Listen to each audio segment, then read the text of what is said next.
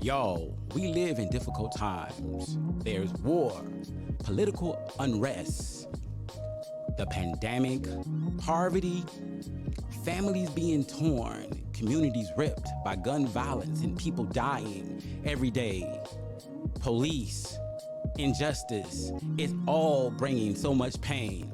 But y'all, we can look inside our minds and we can understand who we are, become better, and do this thing like we've never done it before. But it all starts with our mental health, and I know we can do it. I believe in you because I believe in me, and I believe in us. Hello, and thank you for joining in for another episode of Therapy is Life. I have Dr. Bobby Armstrong and Anthony Miller to continue our discussion on mental health and the Black church. In this episode, we're going to talk about some ways we can continue to evolve and improve the relationship between the Black church and mental health services. We've talked about how early on the church experience, the spiritual experience, provided hope. It gave us self-esteem. We realized that the stigma related to mental health services kind of held us back and we didn't really engage. And we saw some of the issues around faith, around some of the messages that we experience that might lead us to feel that we don't need to engage in mental health services. But we see that a lot of pastors, a lot of our young people are being more open to mental health services. And in this episode, we want to make some suggestions about what we can do moving forward to continue to improve the relationship between mental health and the Black church. So, you guys, are y'all ready? Yes, sir. Okay, let's do it. Number one, continuous education of ministers and church leaders around what mental health is. Do you think we need to continue to improve in those areas? And maybe how we might want to do that?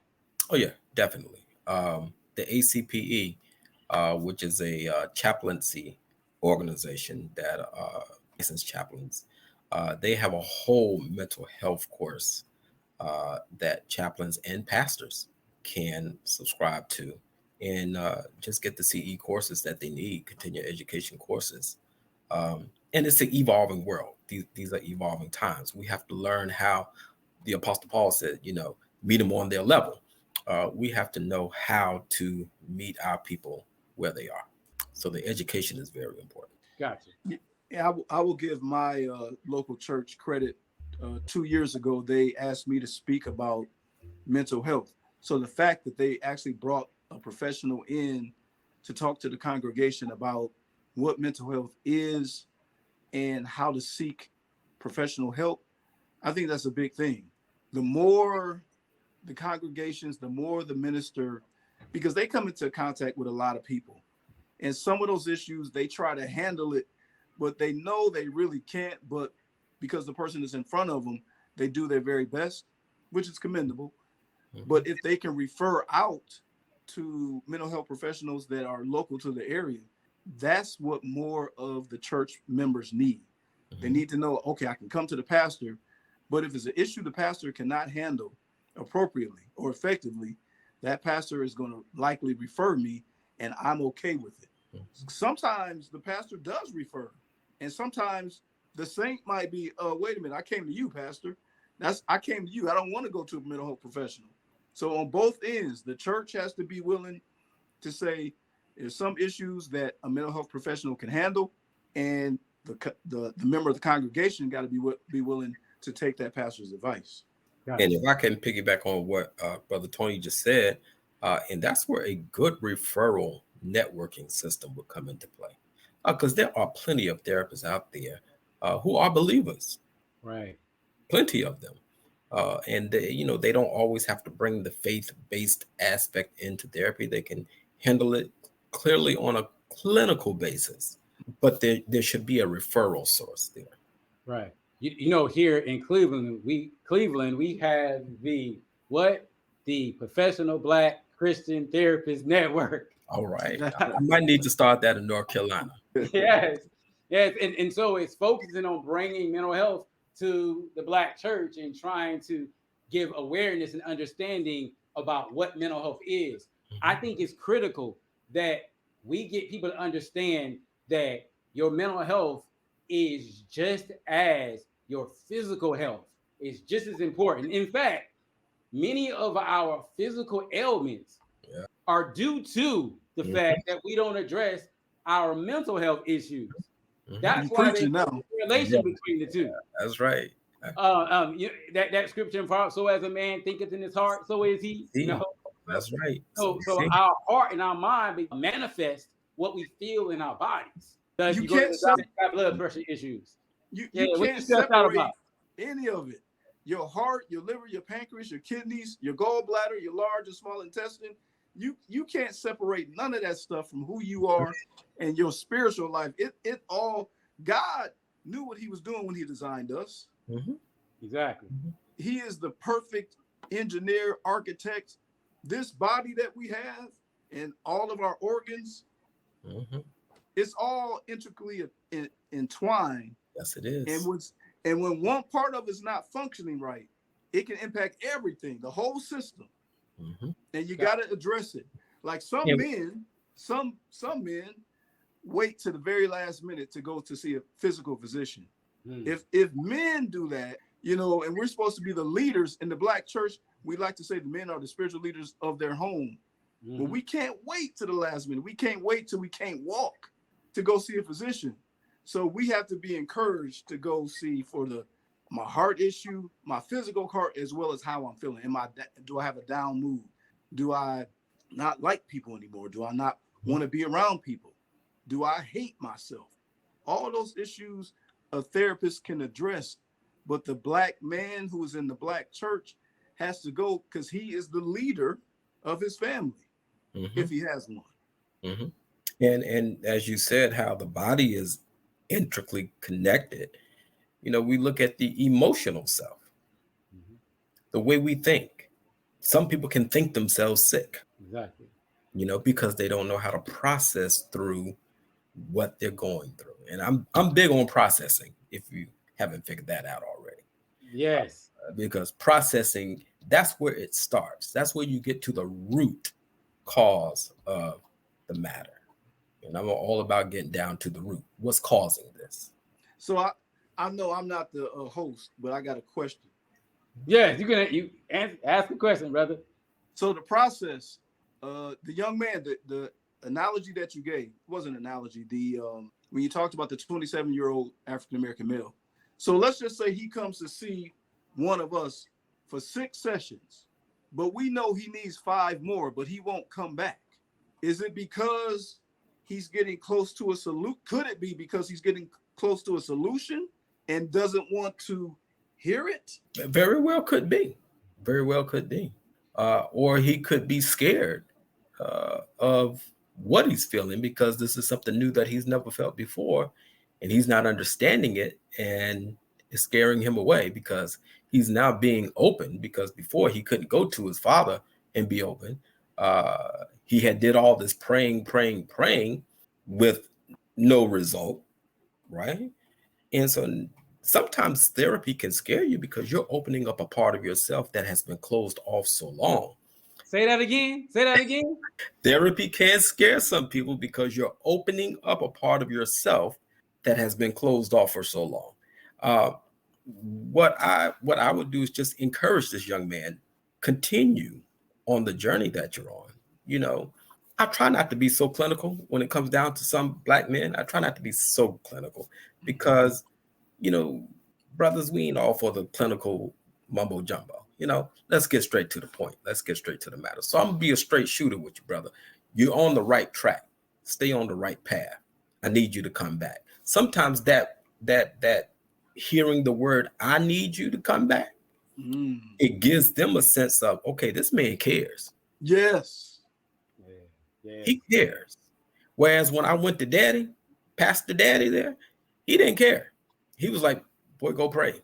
But I'm sitting in front of this man that I ain't never seen before for the last 5 or 6 times, and he's telling me that he cares about me. It's compassion. Yes. And we have to be compassionate in what we do as therapists. I want to add on what you guys just said. I think number one, that is so important to tell people when we talk about intervention. Is to tell people when you first come to therapy, it won't solve all your problems. But Absolutely. you'll start digging into your mess, and things might get messy first Mm-hmm. because you're talking about everything that you're feeling that's going wrong. Mm-hmm. Secondly, I want to say to Dr. Armstrong's point about the father. The father sees the son and hears what the son is saying, but he tells him to pray because he's now using his spiritual position as a defense mechanism to not deal with how he feels about not being an adequate father. And So who's to know? And think about it, that may be all the father knows. yes, but Because now we're going back generations because his father wasn't an open dad where he yeah, could go sit down and talk to him. So he's kind of being the same mirror image of his father. And he doesn't want his son to be soft. So boy, come on, man up. yeah, man up. And we have to remember a lot of And times that's one of the worst things that we can say to our male children is man up. Have you taught them to be a man yet? exactly. So Go ahead, Tony. Brother Bobby, if he does come back, Mm-hmm. I need you to come back, brother. Come on back. Mm-hmm. Would you use the words, this stuff that you're feeling, this uncomfortable feeling that you're experiencing, it's just a part of the process? Would you use the word process or no? I would. I would. Because it is that, a process. There's no need to sit in therapy and create a magical realm of what the person is going through. Let's learn to be direct. This is a process, my brother. All right. It's just like if you had surgery, all right?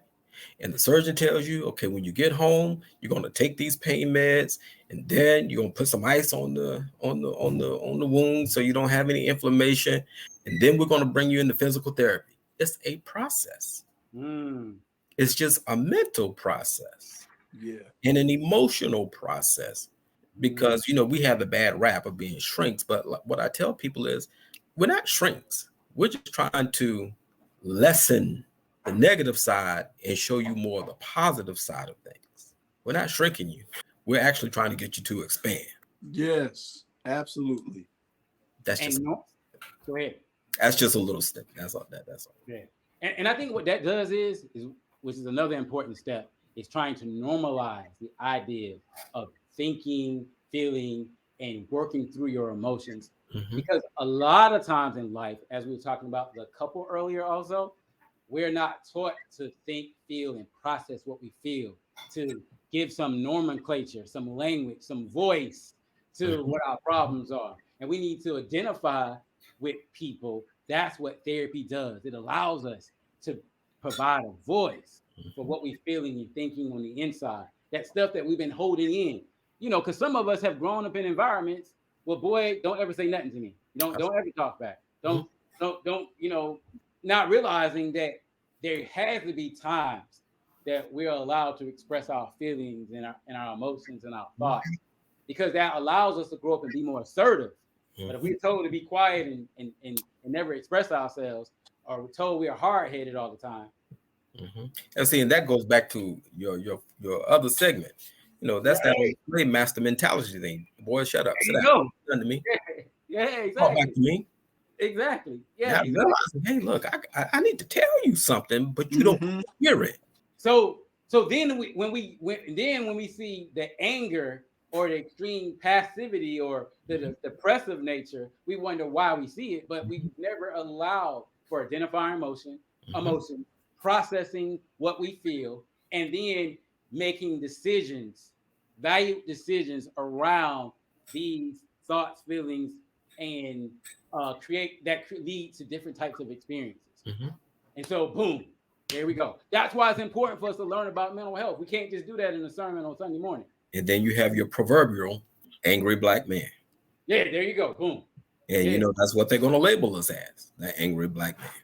Yeah. Now, you may not be voicefully angry, but your body language may seem angry. Yeah. You know what I'm saying? Yeah, exactly. And I think we have to challenge the voice that's out there, that to be good Christians or to be good believers, that means that we have to sacrifice all and not leave anything for ourselves. Because I am a sure advocate for self-care. Mhm. Because if you don't take care of yourself, you're not gonna have anything Ain't to give. nobody else gonna do it. Nobody else. In fact, brothers, you know what? I was thinking and I was feeling in my heart. I said, you know what? We should do a focus just on pastors, because pastors, they go through so much, and we oftentimes think about the pastors that got the mega churches and they got these really nice houses, but there's a lot of the pastors out here that are struggling and they're Oh going through yeah. the process. Oh yeah. And yeah, they get up, they preach, they tell everybody about the greatness of God and all this kind of stuff, and yet in their own life they're struggling, and so they're in their own little closet, struggling with their feelings and emotions, and can't seek help, because if they feel like they seek help, they're gonna be looked at as a liar or a hypocrite. Mm-hmm. Mm-hmm. Mm-hmm. NAMI, National Science Association of Mental Health, they did a thing on the Black church, and that their conclusion was the Black church needs to do better Right. with mental health.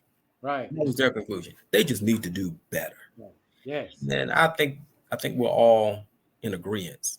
There can be some improvement. Right. So we definitely need to put the message out there that mental health is important. We need to do more collaboration and working and referrals to connect mental health professionals with the Black church. Mm-hmm. I think we also need to teach our members mental health first aid, helping them understand what to say in situations. Because you know what? I think it's really unfortunate when people struggle with grief. The first thing people want to say is they're in a better place. Well, that's what's been instilled in us. Hey, they're in a better place. No more pain. Okay, but what about the pain I'm going through that they're in a better place? Yeah, you know what? I like to say on that. I like to say on that. I said, you know what? Jesus wept about Lazarus, yes, even though he knew he was going to wake him up. Come on now. Y'all, help me. I don't know. I'm talking about faith, but I'm not supposed to feel sad. It's the shortest scripture in the Bible. Jesus wept. But he knew what he was going to do. He was confident about what he was going to do. Mm-hmm. But he wept anyway. Mm-hmm. Because he felt something about the loss. Yeah. And so when we tell people, again, not allowing us to put a language to what we feel. Mm-hmm. Oh, even on the cross, when he knew he himself was about to die. Exactly. Right? He made sure that his mother was taken care of. Exactly. Right? Exactly. So the reality of it is that the spiritual and the mental, they work together. And I think we need to do a better job of realizing that we're not crazy. We're trying to serve God, but we also trying to maintain our sanity. So we need to deal with our mental health. Mm-hmm. And understand, the Bible itself says that there are different gifts of the Spirit. Exactly. Yeah. We all have a gift. So if you feel depressed, go ahead. Go ahead, Tom. We have one of the things that I encounter is a lot of times, especially as men, they don't know where or how to begin the process of therapy. They don't know who to call. Mm-hmm. They just don't know. Well, where do I go? Who do I speak to? What number is out there? So I'll just give a general way to go. Psychologytoday.com. For those who are listening, psychologytoday.com. Mm-hmm. Put in your city or your zip code, and you'll see some therapists. Their face and the description of who they serve best will pop up. You might even get a video, because I got a video on mine. Yeah. And I got a video on mine too. That's how you can get it started. Mm-hmm. In the example of the 27-year-old young African-American male, his pastor, his father, who's a pastor, couldn't help him for whatever reason. So he might be like, well, where do I go? Mm-hmm. The couple that McGee mentioned earlier, whoever initiated therapy, how do I start couples counseling? Mm-hmm. One of the ways that you can easily do it, psychologytoday.com. Put in your zip code or your city or your state and go from there. And you can even filter it down to what type of therapist you want. Yes. Male, female, African American, white, faith-based. It's all on there.